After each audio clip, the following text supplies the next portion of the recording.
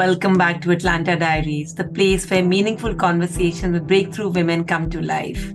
I'm your host, Enma Popley, and I'm thrilled to embark on season 3 alongside all of you. After a much needed break, back with a renewed energy, I hope to make these conversations even more enriching and meaningful.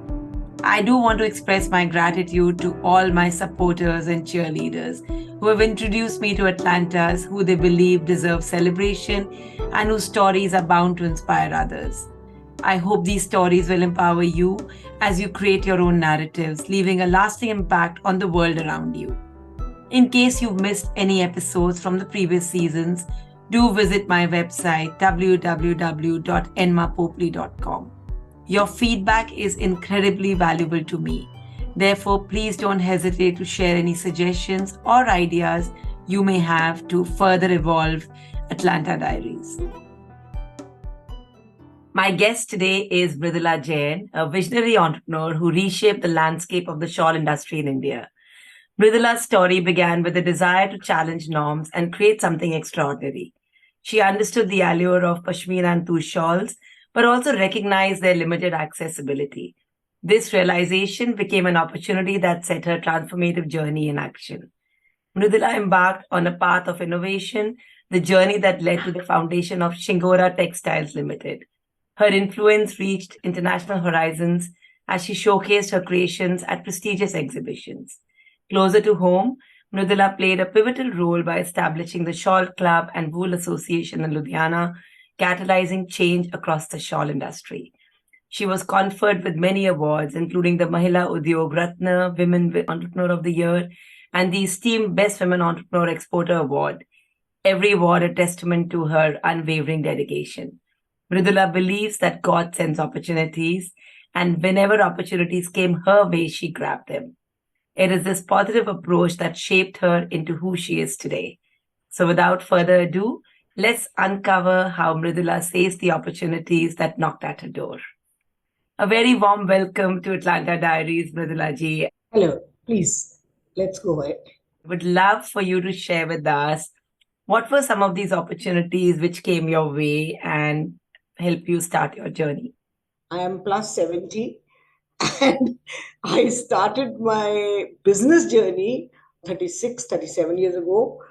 I'll try to recollect whatever I can. First of all, when we are talking of opportunities, I was frankly born into a professional family, and my mother during those times, I can talk about early 70s, or rather late 60s only. When I was in college, I was always interested to science education.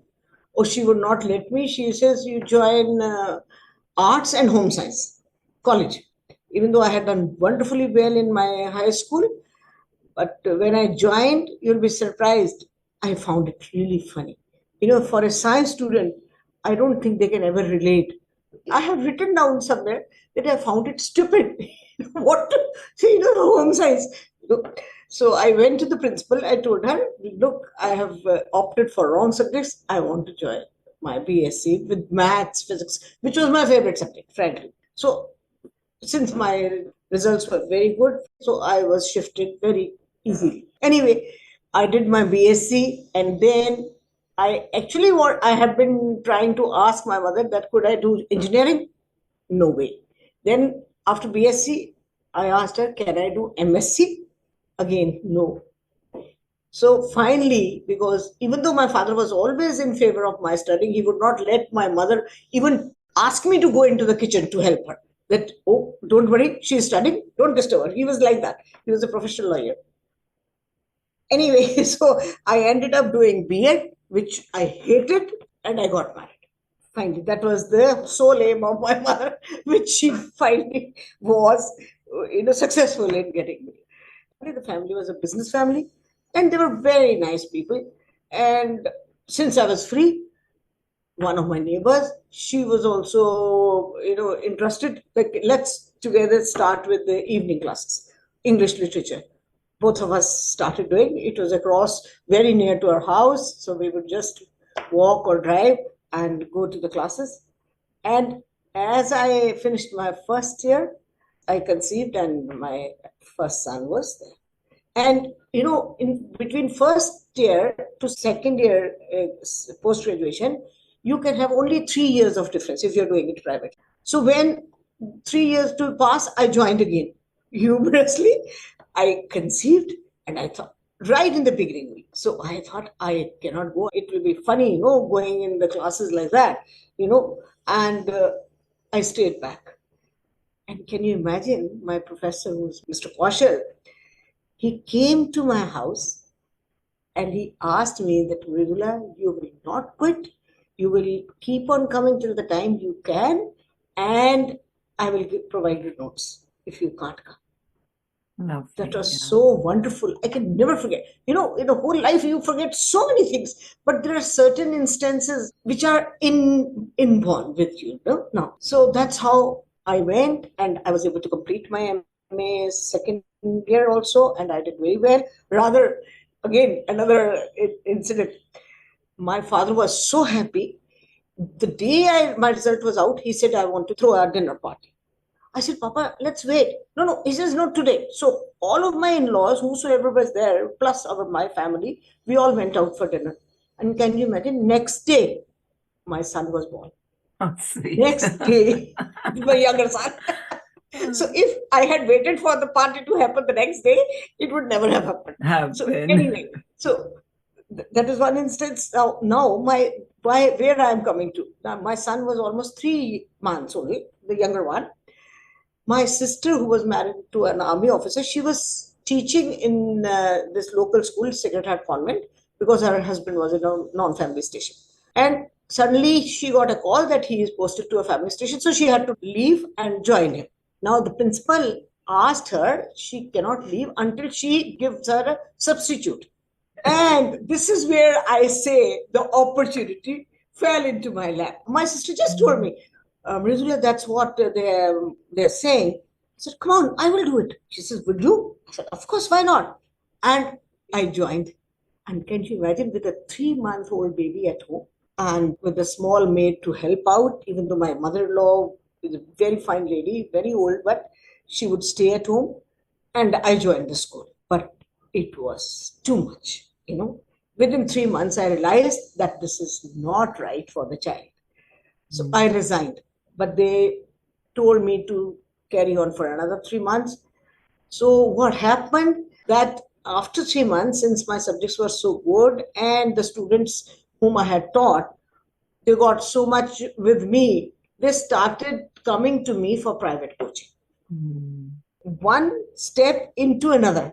And when I was at home, so I put up a board outside my house, Mrs. Jain's coaching classes. I used to teach early in the morning because the students, before going to the school or after coming from the school, they would come to me.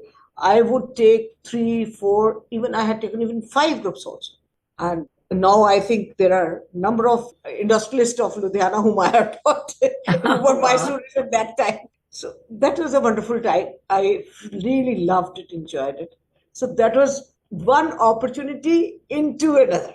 So that's Totally. what I would call that. To your question, I've taken long to tell you, but that was really nice.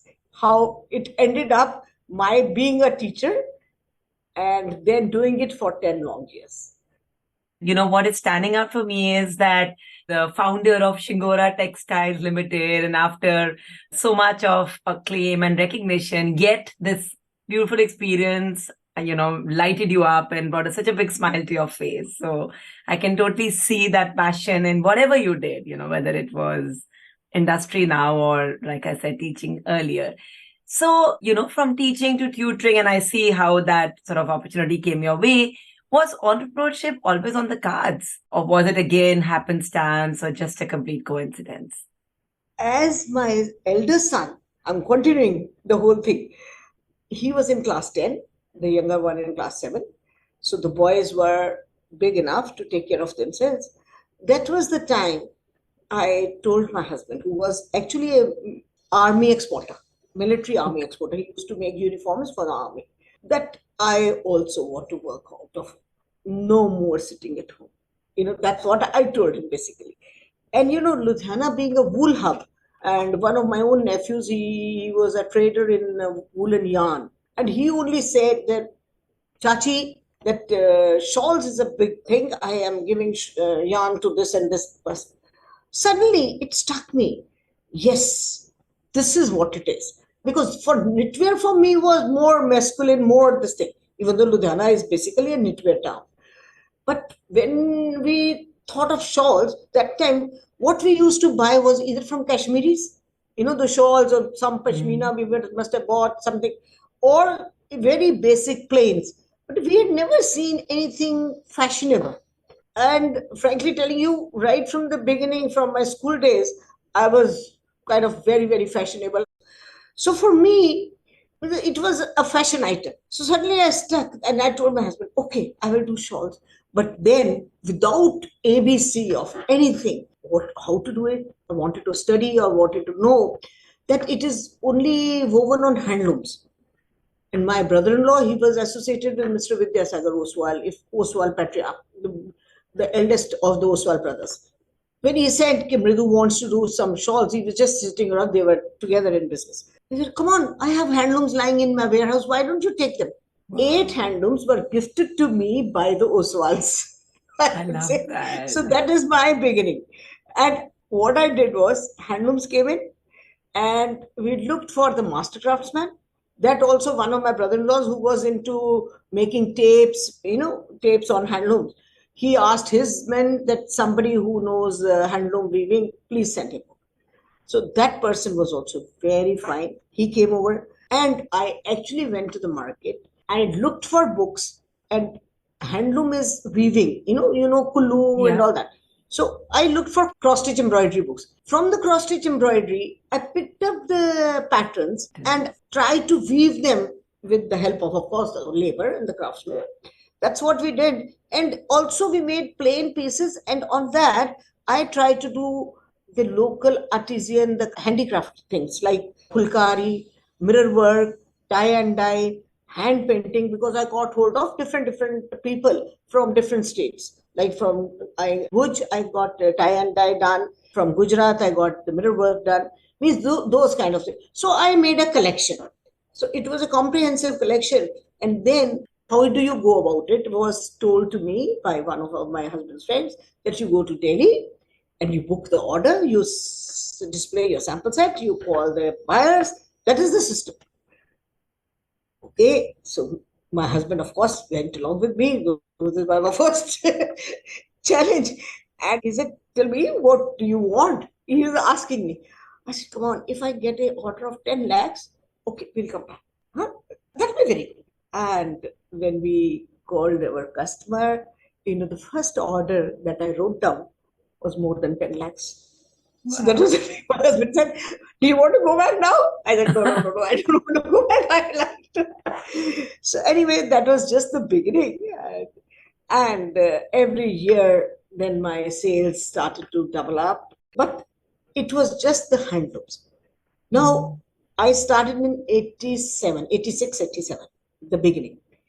Around year 90, my husband had gone for an award ceremony to Delhi. Now, this is another God-sent opportunity, I would say. I went along with him to the award ceremony. Again, a person in my life whom I can never forget, Mrs. Chitkala Tutsi. She was the IAS head of WWEPC, Woolen Export Promotion Council.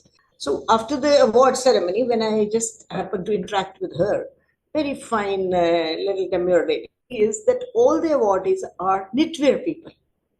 I don't see any shawl in the woolen sector. Her reply was, nobody ever came to us.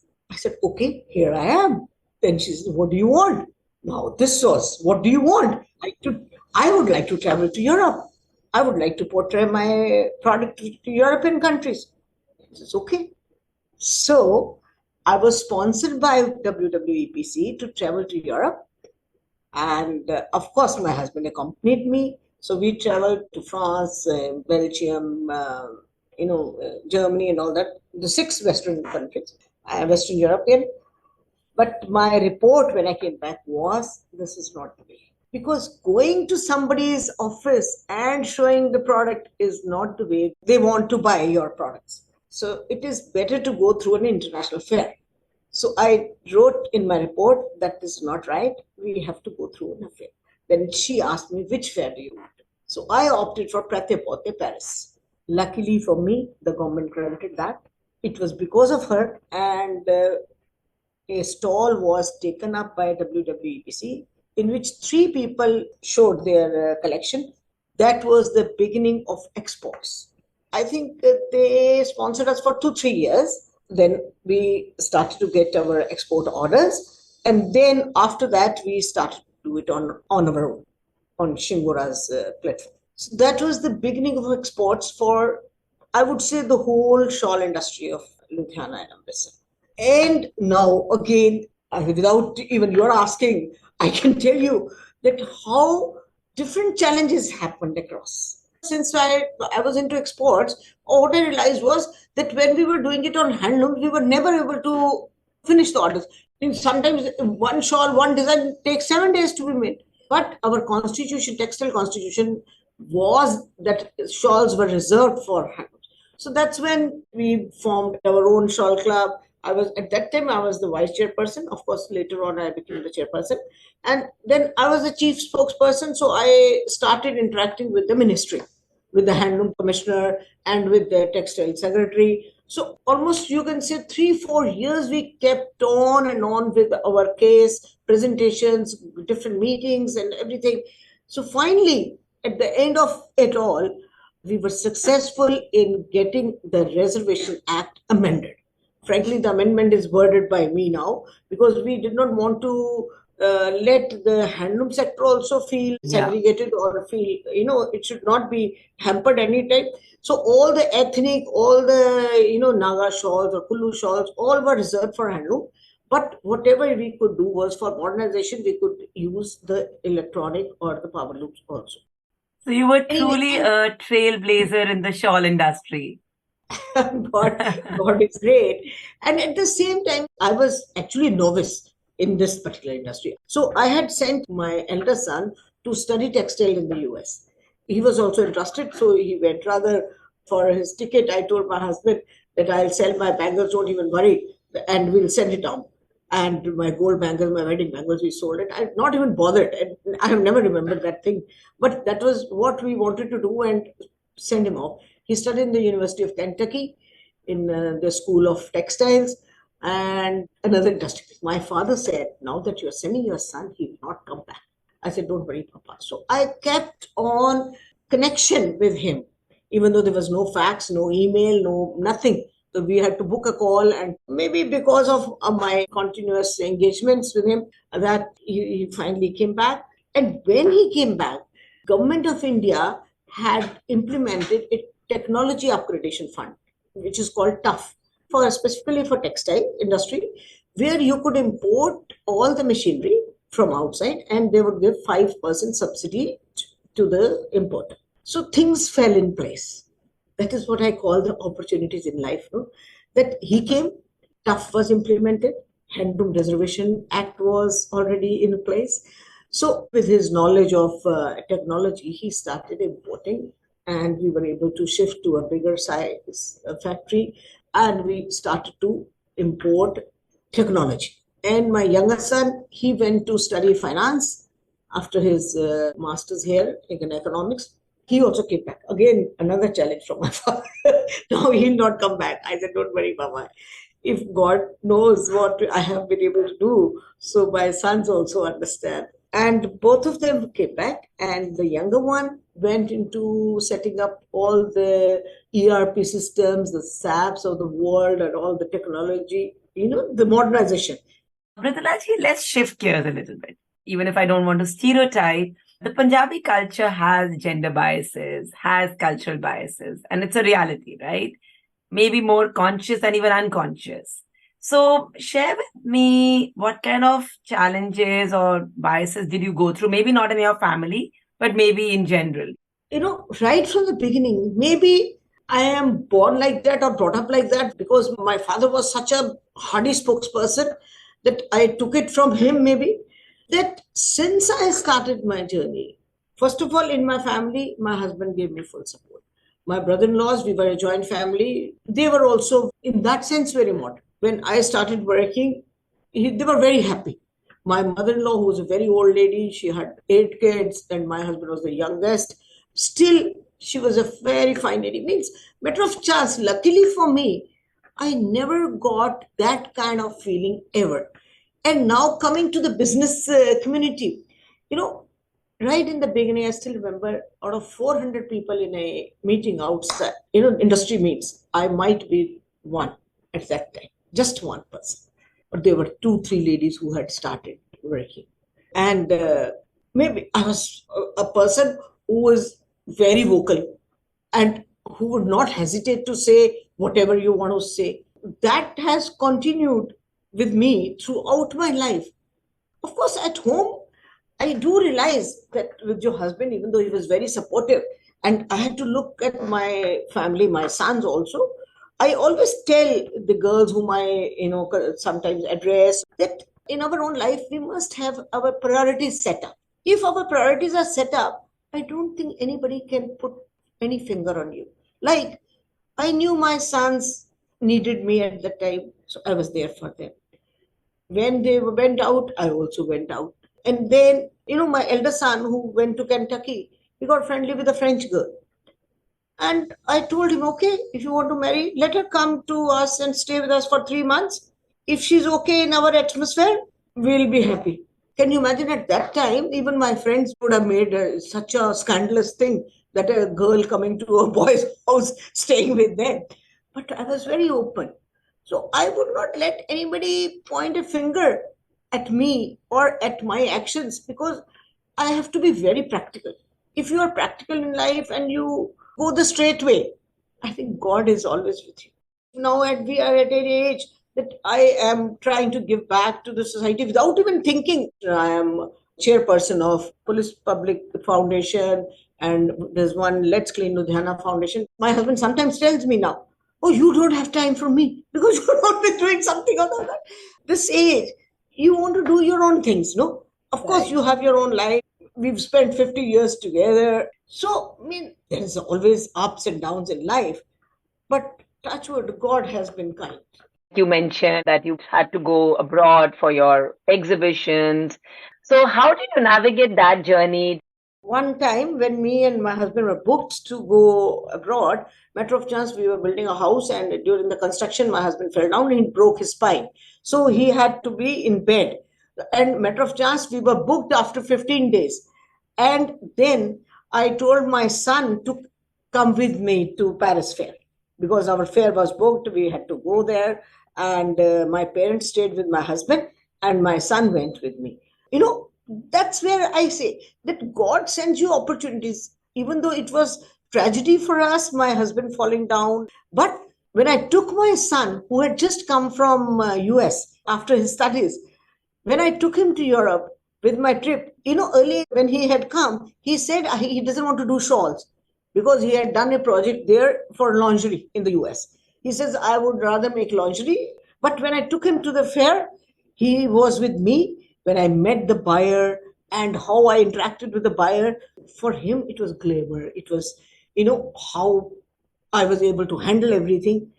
Matter of chance, because his father could not go to the business. I had to look after him also. Then my son had to go to the factory. So means things again fell into the place that he had to come into Shawls. Now he is the main head, he is the managing director, and we are just the chairperson. I can see at every step you got opportunities and you just literally grabbed those opportunities and didn't see them as negative incidents. So, having said that, were there any naysayers in your journey? And if yes, how did you deal with them? When you step into some business, there are always competition, there are always jealousies, there are always people who want to do what you are doing, who want to cut you out. Those kind of things, I think that is part of the game. In every business, this happened with us also. So whatever I would do, you know, one time I had made a special samples and I showed to, I don't want to name this gentleman, he's one of the biggest shawl, you can say trader or a wholesaler out in India. I very proudly showed him, just look what I made. That was before the booking. And he sent my sample to another manufacturer. And when we went for the actual booking, I came to know that the other person had made exactly the same. And then I realized it was him only who had given my sample. So that was the time I cut him out from my life, even though I had very huge business going on with him. So those people who are fake, who are frauds, who want to take advantage of your situations, that's what he wanted to do. That instead, let us suppose I was at that point of time, maybe I was selling it for 375 rupees. He bought it for 310 rupees from another person. So those kind of happenings do happen. And then, you make your own position in the society. So if you are tall enough to stand, people would take you into stride. And secondly, if people say wrong things or they talk at your back, I think I am the last person to be bothered. I don't care. I know what I am. Love to talk more about the dynamic with your sons, having two generations working in the same organization. How did you bridge the generation gap? My elder son, as I already told you, he was forced by circumstances to go into the business, to fall into place. And when I was making the handloom shawls, he started to do power loom shawls because the handloom reservation act. So we set up power looms for him separately. We gave him independence in his work. But by and by, when my younger son also came, at that time, my younger son one time said that, what can I do here? Because there is nothing for me to do, because you all are doing your own things. So we had bought a property just beside where elder one Amit was working. So we said, okay, you first plan this building so that the new office building can be set up. So we got him engaged into that. It took 1 or 2 years, and then we gave him that you set up all the ERP systems, all the technology. Means we gave him things which were not overlapping with what we were doing. So right from the beginning only, I was always looking at my brand, Shingora, domestic. Then when the business was going up, we shifted the brand totally. Amit would look at the brand, and my younger son was looking at the production. I was looking at the costing and all the marketing and rest of the things. So touchwood, both the brothers are looking at the business, and their work is divided, even though it overlaps also, because in textile there are so many processes. Shawl, it seems like a simple product, but it is a very tough product. There are so many processes. So now we are diversifying into fabrics, into technical textiles. My other one is, getting R&D done. And then we have hired the professional designers, everything right from the beginning. So it's like a professionally run company. There were clear boundaries for everyone, and that allowed a harmonious atmosphere. Yeah. And let me tell you something more here. Because when you have two sons, it's more difficult than you have a daughter and son. Then again comes from my mother-in-law. We were 4 brothers, my husband. She saw to it all 4 had different setups. Setups in the sense residential setup. So when my sons got married, first we were together in the same house, but when my elder one had got married and he had children and the younger one was yet to marry, we looked for such a space where we could make 3 houses. So now, in the place where we are living, we have separate 2 houses for my sons. We have a cottage-like house for myself and my husband. Nobody interferes into anybody's house, but we are together. We made it like a ritual. Every Sunday, breakfast is at my place. All lunch comes to the factory from my house. All festivals happen at my house. So they are bound by those rituals. So we are giving free hand and their own independence to everybody. At the same time, we are together. So we have a common lawn, but at the same time, we have three differences. Sounds really amazing. I'm hearing space figuratively and literally, which has allowed this whole So you can family to imagine thrive. my French daughter-in-law is also living here. They are going to be celebrating their 25 years of marriage now. So, what factors will you attribute your success to, over and above the fact that you grabbed every opportunity? Yes, hard work, very, very essential. And then your passion. Means you can't be just like, okay, you're working. No. If you want to work, it has to come from your inner self. Like, I remember I used to dream designs. When I would sleep, I would dream, this is what I need to do. That is, I think, most important is, if you want to do something, you must have passion for it. Of course, hard work and sincerity in your life. That is very important. You have to be sincere to your customer, to your workers. Means action and reaction with your workers, your labor should be such that they should feel like you are part of the family. You have to be really interactive. Right. So, what are your joys as an entrepreneur? Joy is, I think, the reaction of your customers. I would say, I will make it very short. I think more like their reaction, how they respond to you, how they react to you, and how they give you respect. That is what is gives you fulfillment for what we have done. Means it's so beautiful the way they respect you for that. It's a fulfilling journey then that, you Yes, really, they've appreciated your product and yeah, they've yeah, yeah. acknowledged your product. Will Business wise, Mridula Jain ever retire?